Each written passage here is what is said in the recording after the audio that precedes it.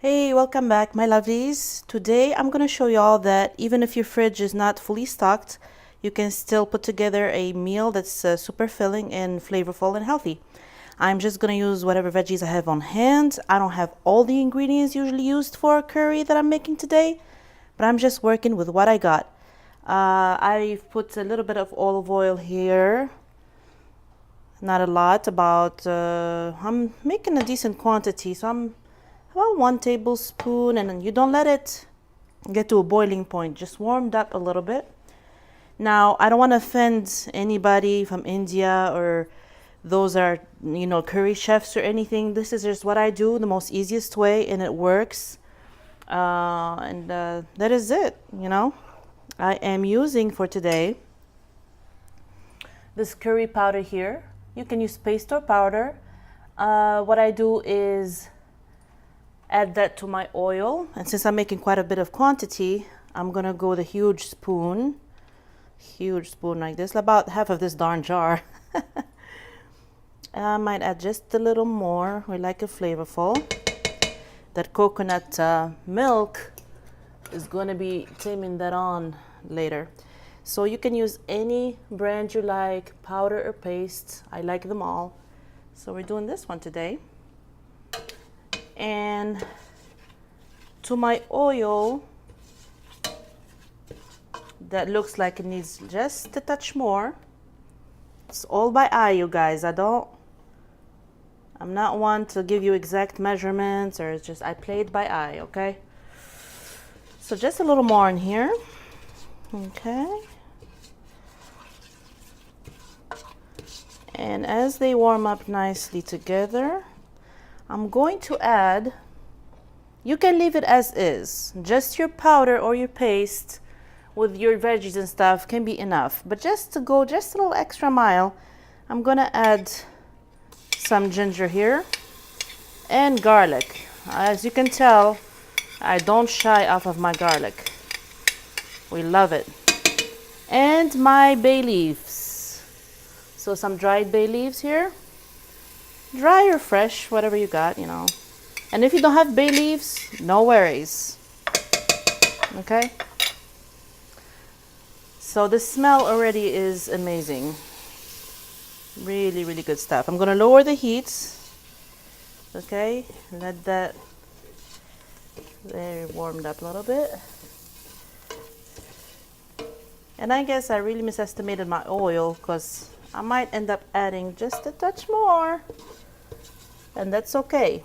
Better to start with little and add, then drench, and then you can take that back. You know what I'm saying? So just a touch more. Ooh, the smell is amazing. I'm going to be saying amazing a lot in this video. I'm not sure if you can see in the background, I've got my rice cooking. What I added to my rice is just some vegetable bouillon. That's like a vegetable stock concentration, concentrate. Oh, this curry is gonna come out good, I can tell. So after I've had my seasoning, oil, garlic, ginger, and bay leaves simmer for a little bit, I'm gonna get this closer here. Look at the beauty. Okay, just let it sit together for a little bit, There you go. Smell is tell you what. Okay, not too long, nothing too crazy. I'm gonna add in my veggies that need a little extra time cooked. What I mean by that, what I have in the fridge was carrots, some Brussels sprouts, just cut them up thinly like that. Carrots, I got some bell peppers cut up in here, and I'm gonna toss these babies right in here. I'm gonna let that marinate / saute together with the herbs and spices. Not herbs, I mean roots, I guess, ginger root. Oh yes, my goodness. Okay. So I'm gonna let this sit for about 5 5 minutes tops, maybe 8 if I feel generous, and I will be back. Okay, my lovelies, so my carrots, Brussels sprouts, and bell peppers have been simmering just about 5 minutes. It's not a necessary step, it's just something I like to do. Since I'm fresh out of tomatoes, tomato concentrate, diced tomatoes, any freaking tomatoes, I just have my sun-dried tomatoes here. I'm gonna add sun-dried tomatoes and my purple cabbage right in here. And that purple cabbage is gonna definitely wilt and melt and don't look as like tons of it later on. Incorporate that good in here. Okay. And okay, funny fact, the place I'm at didn't have a can opener, so I had to get creative with a knife, botch the can up, girl, and the knife. So yeah, so I'm gonna add, this is the coconut milk. So it's no time, when you're making curry, it is no time to get all, you know, fat-free coconut milk, nothing. Just get the real deal, you guys. Y'all not eating curry every day. And if you are, more power to you, and do whatever makes you happy, okay? I just go for the full-fat coconut milk, okay? It's them healthy fats. Get you some healthy fats in there. 1 can. I might end up having to botch a second can here, we'll see. Let me get some water. I'm gonna do about the same cup, about half of it in water, because you know your veggies are gonna release their juices and stuff, so you don't want to drench it in water. So let me mix all that up. Oh, I can't tell you how them bay leaves, garlic, and ginger, and of course my curry is smelling so good. And believe me or not, them sun-dried tomatoes too. It smells really, really good in here.